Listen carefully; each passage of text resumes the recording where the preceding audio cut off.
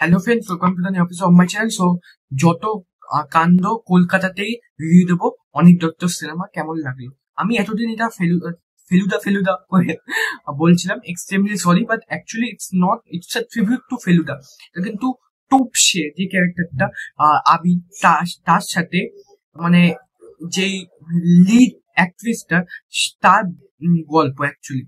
So গল্পটা যেটা আমি বলবো সেটা হচ্ছে, গল্পটা হচ্ছে যে লিড অ্যাক্ট্রেসটি বাংলাদেশ ঢাকা থেকে কলকাতায় এসছে, নিজের পরিবারকে খুঁজছে, এটা পেয়েও যাচ্ছে, বাট সে একটা ধাঁধা দিচ্ছে, বাট ধাঁধার পরে কি কি হচ্ছে সেটা আপনাদের এই সিনেমা হলে যে এই সিনেমাটা দেখতে হবে। আবিরের সাথে হেল্প করছে, আবির এখানে তোপসে প্লে করছে। পজিটিভ পয়েন্ট নেগেটিভ পয়েন্ট নিয়ে কথা বলতে গেলে আমার অনিক দত্তর সিনেমা খুবই ভালো লাগে। অপরিচিত বলো, ভূতের যে দুটো সিনেমা ছিল ওই দুটো তো ভাই কি ক্যাচ লাগে, কমেডি ওয়াইজ, হিউমার, যেভাবে পলিটিক্যাল স্যাটায়ার দেয় সেগুলো হেভি লাগে। So first positive point of this film is the performance.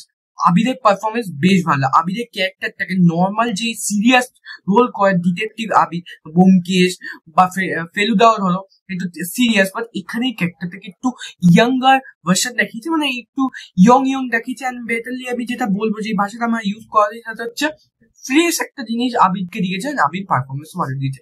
Lead যে অভিনেত্রী সেটিও ভালো করেছে, সাপোর্টিং ক্যারেক্টারও ভালো। দ্বিতীয় পজিটিভ পয়েন্ট হচ্ছে এই সিনেমার স্ক্রিন প্লে। এই সিনেমার স্ক্রিন প্লে আমার 50% ভালো লেগেছে। 50 কেন বললাম সেটাও একটা পয়েন্ট আছে। কেন এটা ফার্স্ট হাফের মধ্যে যে মানে ফার্স্ট হাফটা পুরোটা যেভাবে ডিজাইন করা হচ্ছে, দ্যাট ইজ টু গুড।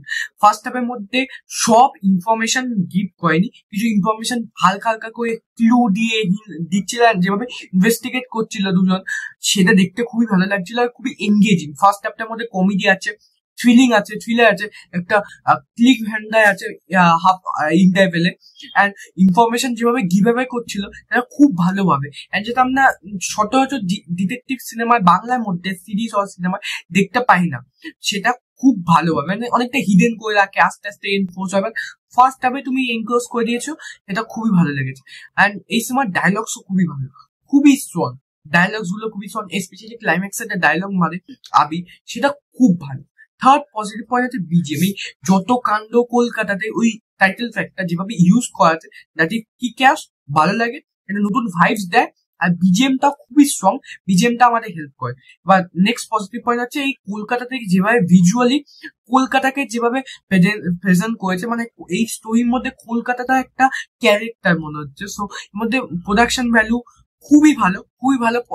মানে মানে খুব যত্ন করে সিনেমাটা বানানো হয়েছে। ক্যামেরার কাজও ভালো।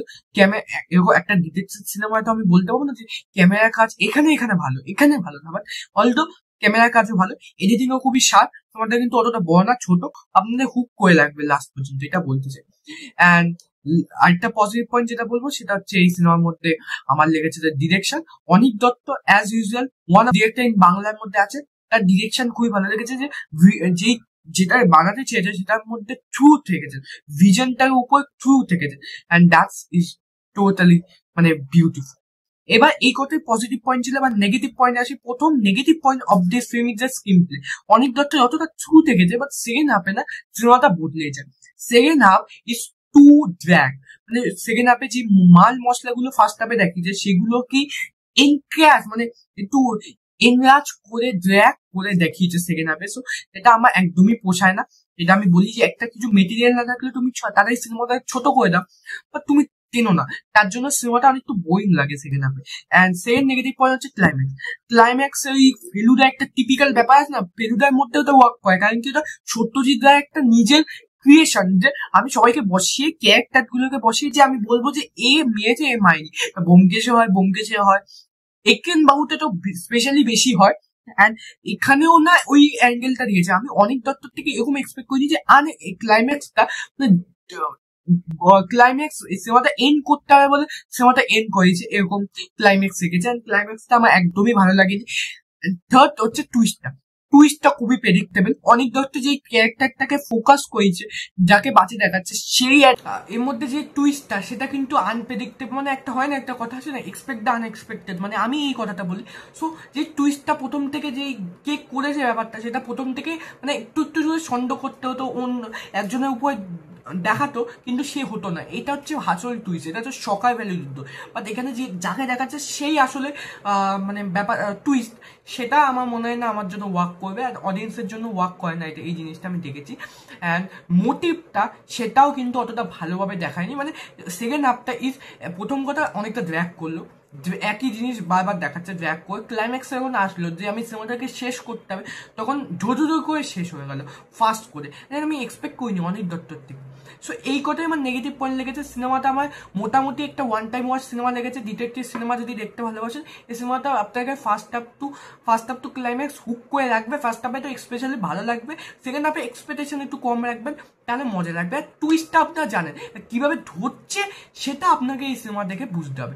আমি সিনেমাটাকে ওয়েট দেবো 10/5.5 স্টার।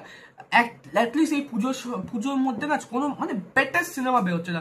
4টে সিনেমা দেখলাম, 4টের মধ্যে আমার দেবী চৌধুরানী বেটার লেগেছে, তার থেকে এই 3টে সিনেমা না ডিসঅ্যাপয়েন্ট করেছে। অনেক দত্ত ডাউনফলও দেখতে যাচ্ছে। That's all. যদি আপনাদের কেমন লেগেছে কমেন্টে জানাবেন। ভিডিওটি ভালো লাগলে লাইক কমেন্ট শেয়ার করবেন। অ্যান্ড পুজোতে আপনার কোথায় কোথায় ঘুরছেন সেটাও কমেন্টে জানাবেন। আমি আমার লাগে লাইক কমেন্ট শেয়ার করবেন, সাবস্ক্রাইব করবেন। Thank you.